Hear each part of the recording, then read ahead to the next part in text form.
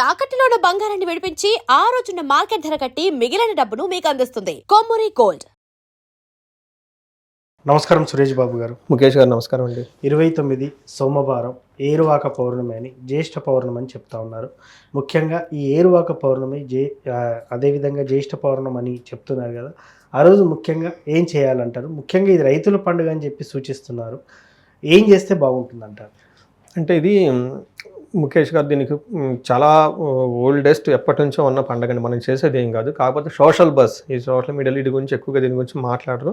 But నేను చిన్నప్పటి నుంచి పెరిగిన వాతావరణంలో ఏరువాక పౌర్ణమి చాలా చక్కగా చేస్తారు. మా నాన్నగారు కూడా చక్కగా చేసేవాళ్ళు. మా ఊరంతా ఇప్పటికీ చేస్తున్నారు. మా ఊళ్ళో ఉన్న ఏకైక గొప్పతనం ఏంటంటేనండి, కొంచెం దూరంగా ఉన్నా కానీ ఆ ఆచార వ్యవహారాలు ఇంకా పాటిస్తూ ఉన్నారండి.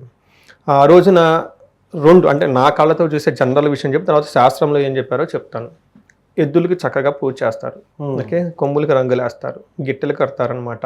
వాళ్ళకి కొన్నిసార్లు గిట్టెలు పెరుగుతాయి, ముందుగానే అవన్నీ తీసేసి క్లీన్ చేస్తారనమాట.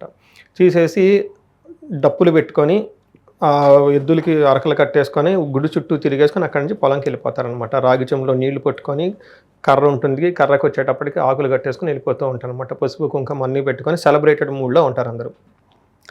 99% ఆ రోజు వర్షం పడుతుందండి.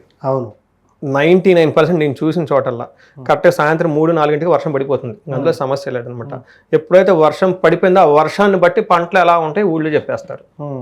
ఆ వర్షం పడిన గాలి దాన్ని బట్టి ఎక్కువ తక్కువ, అతివృష్టి వస్తుంది తక్కువ వస్తుంది అనేది హోల్ పంటలకంతా క్యాలిక్యులేషన్స్ అప్పుడే చెప్పేసేసుకుంటారు, పెద్దవాళ్ళు చెప్పేస్తారనమాట. సో ఇది జనరల్గా చూసే విధానం. మనకి టెక్నికల్గా అంటే మన లిటరేచర్ ప్రకారం చూసుకుంటే ఏరు వాక అంటే మీనింగ్ ఏంటంటే, ఏరు అంటే నాగలి, వాక అంటే ప్రారంభించడం. ఫస్ట్ రోజు నాగలిని దున్నటం ప్రారంభిస్తారు కాబట్టి అందుకని ఏరువాక పున్నమి రోజు అని చెప్తారు.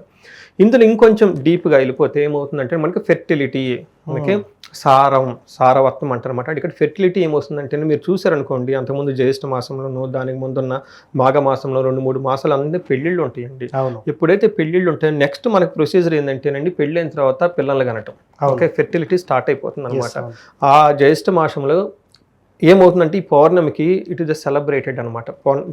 పంట పొలాలకనే కాదండి, ఓకే, ఏమని మనుషులకు కూడాను అప్పటి నుంచి కడుపు పండాలని చెప్పేసి, పిల్లలు కావాలని చెప్పేసి అంతా ఉత్సాహం అంతా సెలబ్రేట్ చేసుకుంటూ ఉంటారు. అంటే సారవంతం అని చెప్పుకో ఉంటారు, ఫెర్టిలిటీ, ఓకే, ఫెమినిటీ అని చెప్పుకుంటూ ఉంటారు అనమాట. ప్రకృతిని ఆరాధించేలో భాగంగా చూస్తూ ఉంటారు. ఇందులో ఏం చేస్తారంటే భూమిని ఫస్ట్ సిద్ధం చేయటం ఆ రోజు నుంచి స్టార్ట్ చేస్తూ ఉంటారు. నాగలికి పూజ చేస్తుంటారు, ఎద్దులకు పూజ చేస్తూ ఉంటారు, విత్తనాలు శుద్ధి చేసుకుంటారు, వ్యవసాయ పనులు ప్రారంభం చేసుకుంటూ వెళ్ళిపోతూ ఉంటారు. మరి ఇది అంతా ఏం చేయాలి, ఎందుకు చేయాలంటేనండి, చక్కగా వర్షాలు టయానికి పడేసి రైతు తను పద్ధతి ప్రకారం పనిచేసుకుంటూ పోతుంటాడు, తన కృషి పెడుతూ ఉంటాడు. కానీ దైవం కూడా యాడ్ అవ్వాలి. ఎందుకంటే పంట దిగుబడికి వచ్చే ముందు రైతుకు ఉన్న ఒక టెన్షన్ ఇంకెవరికి ఉండదండి. నేను అనుభవించున్నాను అనమాట. అదేమంటారు, ఒడ్లు కంకులు వచ్చేస్తూ ఉంటాయి అనమాట. ఆ టైంలో వర్షం పెద్దగా వచ్చింది అనుకోండి, మొత్తం తడిచిపోతుంది. కోసేస్తారనమాట. కోసేసిన తర్వాత వర్షం సడన్గా వచ్చేసి ఎక్కడ పెట్టుకుంటారు దాన్ని చూడండి. ఇలా ప్రకృతి కూడా మాకు సహకరించాలి, ఎద్దులు సహకరించాలి, వాతావరణం సహకరించాలి, పంచిపోతాలు సహకరించాలి, కీటకాలు సహకరించాలి, దైవం సహకరించాలి అని చెప్పేసి ఉద్దేశంతో ఏరువాక పున్నమిని చక్కగా చేసుకుంటూ ఉంటారు.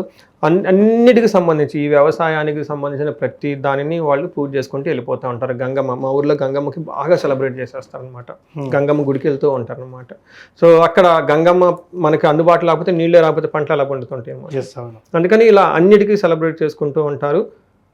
అందరూ చక్కగా చేసుకోవాలని చెప్పేసి మనకి మనకి ఎలా అయితే ఇలా మనం రకరకాల మదర్ డే, ఫాదర్ డే చెప్పుకుంటా ఎలా మనం యూట్యూబ్లో వాటిలో చేసుకుంటామో, మీమ్స్ అన్నీ పెడుతూ ఉంటాం. రైతులకు కూడాను వాళ్ళకి కృషి చక్కగా రాబోయే రోజుల్లో వాళ్ళు సద్వినియోగంగా చక్కగా వాళ్ళ పంటల దిగుబడి చక్కగా సమృద్ధిగా వచ్చేసి, ఎందుకంటే అట్ ద ఎండ్ మనం ఇంటికి వెళ్ళి తినేది వాళ్ళు వండిన భోజనమే కాబట్టి, రకరకాల వంటకాలు మనం ఎలా తింటున్నామో వాళ్ళ నుంచి వచ్చాయి కాబట్టి అందరూ చక్కగా బాగుండాలని మనం కోరుకుందాం. అందరికీ విషయం చెప్దామండి.